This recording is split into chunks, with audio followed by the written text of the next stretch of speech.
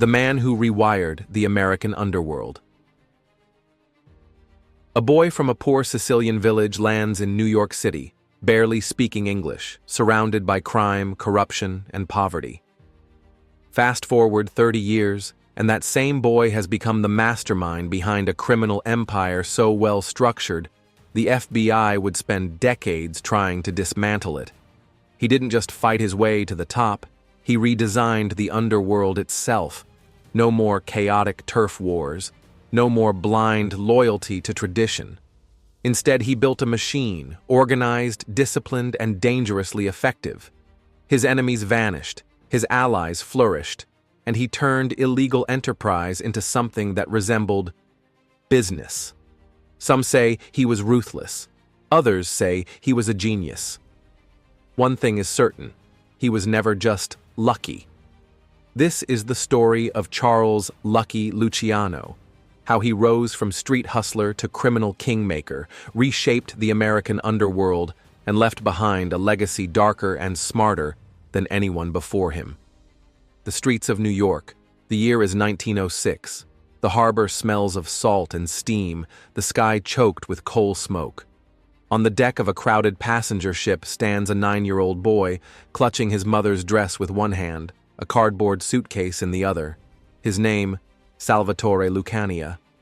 Behind him lies Sicily, a land of hunger, silence, and honor. Ahead lies New York City, a beast of a place, roaring with promise and threat.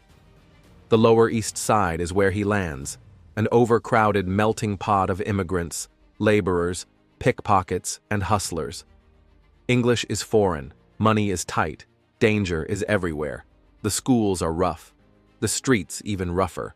But young Salvatore adapts fast.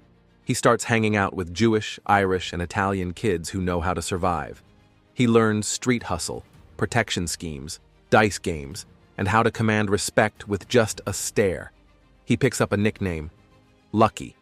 Some say it's because he always escapes trouble, once even surviving a kidnapping and brutal attack. Others whisper he got lucky in more sinister ways, but Salvatore never denies it. He knows that mystery builds power. By his teens, he drops the old country name and adopts a new one, Charles "Lucky" Luciano, a new name for a new city and a rising legend. Luciano doesn't just hustle, he's strategic. While other kids are fighting over corners, Lucky is watching the power players. He starts running errands for gangsters, soaking up how they operate.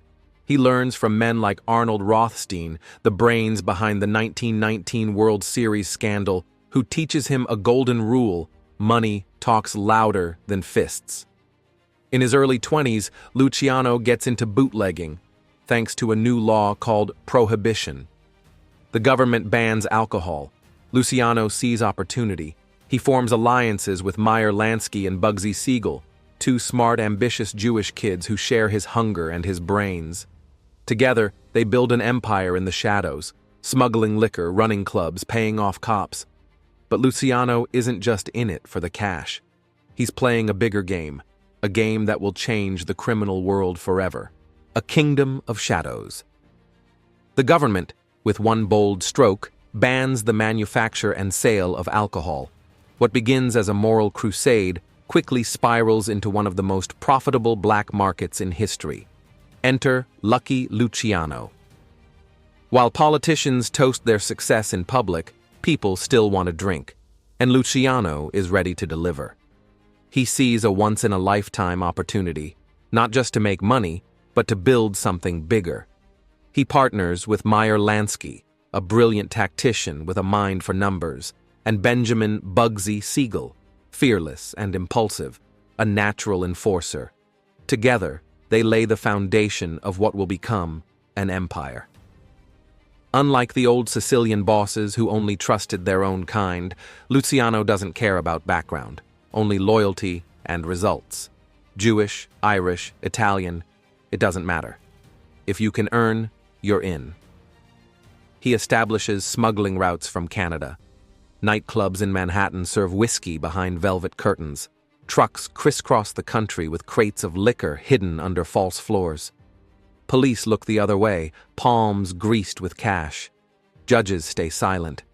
but success brings attention and danger. At the top of the criminal hierarchy in New York sits Joe the Boss Masseria, a traditionalist with a short temper and long memory. Luciano works under him, but their visions couldn't be more different. Masseria believes in blood ties and rigid codes. Luciano believes in efficiency, in profit. And then there's the other side of the battlefield, Salvatore Maranzano, another powerful don from Sicily who wants the throne for himself. What follows is known on the streets as the Castellamarese War, a brutal power struggle between Masseria and Maranzano, with Luciano caught in the middle. Bodies vanish, businesses are burned. Fear hangs heavy over New York like smoke. But Luciano isn't just a soldier in the war, he's playing both sides. He meets secretly with Maranzano, striking a deal. If he helps remove Masseria, he'll be rewarded. Luciano agrees, but he's already thinking 10 steps ahead. Then comes the day that changes everything. Masseria invites Luciano to lunch at a quiet restaurant in Coney Island. They sit, they eat. Luciano excuses himself, bathroom break. By the time he returns, Masseria is gone from this world. No noise, no mess, just a clean slate. Maranzano declares himself the new boss of bosses. But he's made a mistake. He underestimates Luciano, still seeing him as a subordinate. Luciano has no intention of bowing to another outdated ruler. He has a plan, one that will shatter the old ways and forge something the world has never seen. The visionary coup. It's 1931. New York is still reeling from the aftermath of the Castellamarese War. Joe Masseria is gone. Salvatore Maranzano stands tall, declaring himself capo di tutti capi, boss of all bosses. The title sounds powerful, regal, final. But lucky Luciano doesn't see a crown. He sees a chokehold. Maranzano may have won the war, but he rules with paranoia. He's ordering secret audits of his allies, shadowing associates, drawing up a hit list. And lucky? He's rumored to be at the top of it. It's a deadly miscalculation. Luciano sees something the old dons can't. The streets are changing. The old codes of Sicilian tradition, where bloodlines matter more than brains, are slowing everything down. The constant battles for dominance, the rivalries, the ancient grudges, it's bad for business. And Luciano doesn't believe in tradition. He believes in structure. He decides there will be no more bosses of all bosses, no more emperors ruling from the shadows. The time has come for a revolution. He reaches out quietly to men he trusts. Meyer Lansky, Vito Genovese, Albert Anastasia, Frank Costello, even members from rival factions. He tells them the plan: take out Maranzano and build something new in its place. A true syndicate, balanced, managed, profitable. Maranzano, meanwhile, has no idea what's coming. He's in his office in Manhattan reviewing documents, surrounded by guards. He's preparing for another meeting. What he doesn't know is that 4 men, dressed as federal agents, are walking down the hall. Their fake badges flash. His guards let them in. Inside, they close the door and rewrite history. When the dust settles, Maranzano is gone. And just like that, the old world dies. In its place, Luciano creates something radical, the Commission. Picture it as a board of directors, but for organized crime. Each major crime family gets a seat. Disputes are settled with votes, not vendettas. Territories are respected. Everyone gets a cut. It's not about ego, it's about economics. The 5 families of New York are officially born: Luciano, Genovese, Mangano, Lucchese, and Bonanno. Each operates like its own branch. Each has rules, order, discipline.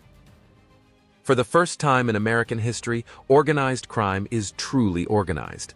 Luciano even sets up nationwide cooperation, with Chicago's Al Capone, with Detroit's Purple Gang, with crime families across the country. The Commission becomes the invisible hand behind gambling, labor rackets, nightclubs, and more. From behind the scenes, Luciano orchestrates an empire, calm, quiet, and cold-bloodedly efficient. He's no longer a street hustler, no longer just a survivor. He's now a kingmaker, a CEO of crime. And as the money pours in, As the city bends quietly around his influence, one truth becomes clear. Lucky Luciano didn't just beat the game, he rebuilt it from the ground up. The Commission. The year is 1931. Maranzano is gone. The old way, where kings ruled with fear and tradition, is buried with him. In its place, Lucky Luciano unveils his greatest creation, the Commission. It's not a gang, not a crew, it's something far more refined.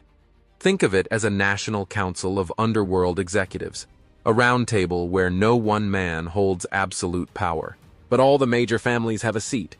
At the table, the 5 families of New York, Luciano's own, Genovese, Mangano, Lucchese, and Bonanno.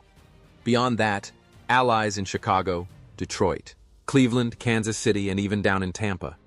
Every seat belongs to a boss, every vote matters. Disputes are resolved behind closed doors, not in alleys or at funerals. The case may be closed, but criminology never sleeps.